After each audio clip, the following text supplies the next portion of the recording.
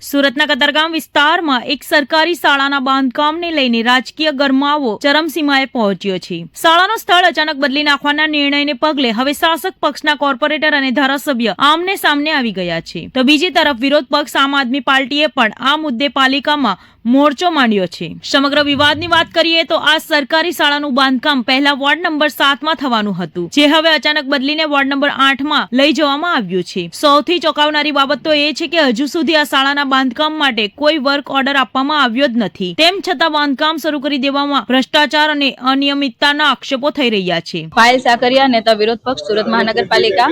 આજે તમામ નગરસેવકો સાથે અમે સ્ટેન્ડિંગ કમિટીની જે અંદર મીટિંગ ચાલી રહી છે એની બહાર અમે સૌ વિરોધ નોંધાવી રહ્યા છીએ. કારણ કે છેલ્લા 4.5 વર્ષથી જ્યારથી આમ આદમી પાર્ટીના નગરસેવકો તરીકે અમે ચૂંટાયા વિરોધ પક્ષની અંદર અમે આવ્યા છે ત્યારથી આજ દિન સુધી સતત એક જ માંગ હતી અમારી કે તમામ બોર્ડ વિસ્તારની અંદર શાળાઓ બનવી જોઈએ, બાળકોને શિક્ષણથી બિલકુલ વંચિત ના રાખવા જોઈએ. જ્યાં જ્યાં જગ્યાઓ પર શાળાની જેવી જરૂરિયાત છે એટલી શાળાઓ બનવી જોઈએ. અને આ અથાગ મહેનત બાદ વોર્ડ નંબર 7 ની અંદર પણ એક શાળા સુમન શાળા મંજૂર થઈ હતી, એ પાસ થઈ ગઈ. પાસ થયા બાદ એમનો વર્ક ઓર્ડર પણ અપાઈ ગયો અને કામગીરી ચાલુ કરવાની હતી. એ દરમિયાન ત્યાંના ધારાસભ્યની દખલગીરીના કારણે એ શાળાને ત્યાંથી લઈને બીજી જગ્યા પર શિફ્ટ કરવામાં આવી. હજી તો એ કામગીરી પાસ નહોતી થઈ, મંજૂર નહોતી થઈ, કોઈ અભિપ્રાયો નહોતા લેવાયા. એ સમય દરમિયાન તે કામગીરી પણ ચાલુ થઈ ગઈ. આનો મતલબ એવો કે જે સુરત મહાનગરપાલિકાના નીતિ નિયમો છે, રાજ્ય સરકારના જે નીતિ નિયમો છે, એ તમામ નીતિ નિયમોના છેદ ઉડાડીને એમને મજા આવી એટલે ત્યાં સ્કૂલનું કામ ચાલુ કરી દીધું.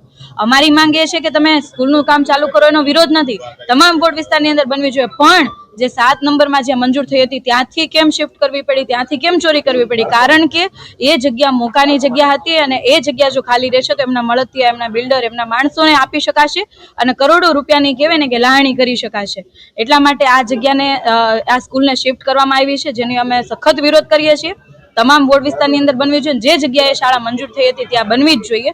અને ગઈકાલથી સતત અમારા એ વિસ્તારના કોર્પોરેટર એવા કિશોરભાઈ રૂપારેલિયા અને દીપ્તિબેન સાકરિયા સતત ધરણા કરી રહ્યા છે અને એક જ માંગ કરી રહ્યા છે કે આજની સ્ટેન્ડિંગ કમિટીની અંદર જે કામ આવ્યું છે સ્થળ બદલનું, તો એ દફતરે થવું જોઈએ ને જે જગ્યા પર મંજૂર થઈ છે ત્યાં જ શાળા બનવી જોઈએ. ભાજપના જ કોર્પોરેટર દ્વારા આ નિર્ણયનો વિરોધ કરવામાં આવ્યો હતો, જે બાદ હવે આમ આદમી પાર્ટીએ આક્રમક વલણ અપનાવ્યું છે. આમ આદમી પાર્ટીના કોર્પોરેટરે આજે સુરત મહાનગરપાલિકાની કચેરી ખાતે સ્ટેન્ડિંગ કમિટીના ચેરમેનની ઓફિસ બહાર પ્લે કાર્ડ દર્શાવીને જોરદાર વિરોધ નોંધાવ્યો હતો. વિરોધ એટલો ઉગ્ર હતો કે કોર્પોરેટરોએ પાલિકાની કચેરીની બહાર રોડ પર સૂઈ ગઈ અને હાથ જોડીને શાળાનું સ્થળ ન બદલવા અને બાળકોના ભવિષ્ય સાથે ચેડા ન કરવા માંગણી કરી હતી. એક તરફ ભાજપના આંતરિક વિખવાદે આ મુદ્દાને હવા આપી છે, ત્યારે બીજી તરફ વિરોધ પક્ષે આ મુદ્દે ધારદાર વિરોધ નોંધાવીને સત્તાધારી પક્ષને ભીસમાં લીધો છે. હવે જોવાનું એ રહેશે કે પાલિકા તંત્ર અને સરકાર આ વિવાદનું શું નિરાકરણ લાવે છે અને શાળા કયા વોર્ડમાં બનશે.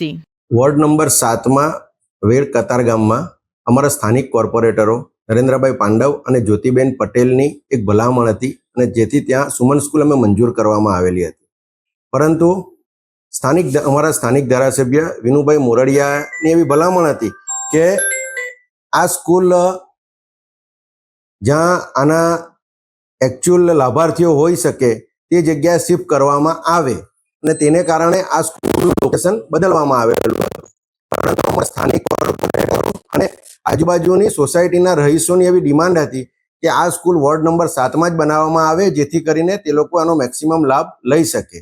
એને કારણે હાલ પૂરતું આજે અમે આ દરખાસ્ત પર બ્રેક મારીએ છીએ અને જે નવા સ્થળે બાંધકામ શરૂ થયેલું હતું તેને તાત્કાલિક અસરથી અટકાવી દેવાની સૂચના અપાઈ ગઈ છે. બાંધકામ થઈ ગયું છે, એના રૂપિયા કોણ ભરશે? હવે એના માટે આપણે તપાસના આદેશ આપ્યા છે અને એ આગળની કાર્યવાહી અમે એ રીતે કરીશું. મંજૂરી કેવી રીતે મળી ખ્યાલ છે? હું તમને એ જ કહું છું કે સ્થાયી સમિતિમાં આજે દરખાસ્ત આવી છે અને અમને પણ મીડિયાના માધ્યમથી જે જાણ થઈ છે કે ભાઈ ત્યાં સ્થળ પર કામકાજ શરૂ થઈ ગયું છે, એટલે અમે તાત્કાલિક કામ અટકાવવાની સૂચના આપી છે અને જવાબદાર સામે પગલાં લેવાની સૂચના અપાઈ છે. 7 નંબરમાં શાળા બનશે એ કન્ફર્મ છે?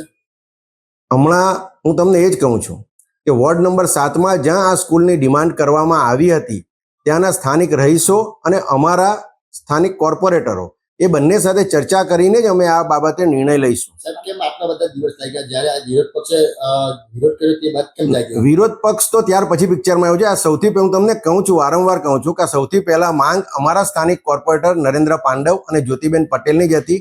ગયા અમારા સ્થાયી સમિતિના બજેટમાં એમનું સૂચન હતું અને સૂચનને અનુસરીને જ અમે આ સ્કૂલનું ત્યાં નિર્માણ કરવા જઈ રહ્યા છીએ. કોણ કમિશનર કરશે? કમિશનર કરશે. પણ નરેન્દ્ર પાંડવ આપના ભાજપના કોર્પોરેટર નરેન્દ્ર પાંડવે કમિશનરને 2 થી 3 વખત લેખિતમાં આની ફરિયાદ કરી છે આ સ્કૂલને બદલવા માટેની. તો કમિશનરે એ બાબતે કોઈ અત્યાર સુધીમાં પગલાં નથી લીધા. હું આપને એ જ કહેવા માંગુ છું કે અમારા સ્થાનિક કોર્પોરેટર નરેન્દ્રભાઈ પાંડવની જ આ માંગ હતી અને જ્યોતિબેન પટેલની જ માંગ હતી અને તે ઉપરાંત ત્યાંના સ્થાનિક રહીશોની બી માંગ હતી. તેને કારણે જ અમે આ પાછો ફેર નિર્ણય કરવાનો નિર્ણય કર્યો છે. કમિશનરે કોઈ તપાસ નથી કરી હજુ સુધી. એ હવે કમિશનરને આપ પૂછી શકો છો.